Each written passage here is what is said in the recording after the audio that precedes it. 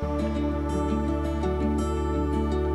kasih yang tidak terhingga kami ucapkan kepada para penyumbang yang telah bermurah hati mengajak kami makan. Semoga Allah mempermudahkan setiap urusan kalian di dunia dan di akhirat.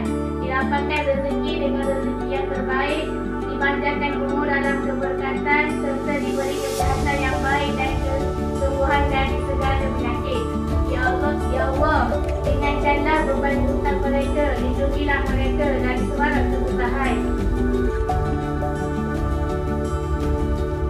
Terima kasih yang tidak terhingga kami ucapkan kepada para penyumbang yang telah bermurah hati mengajak kami makan. Amin. Semoga Allah memudahkan setiap urusan kalian di dunia dan juga di akhirat. Amin. Dapatkan rezeki dengan rezeki yang terbaik, dipanjangkan umur dalam keberkatan.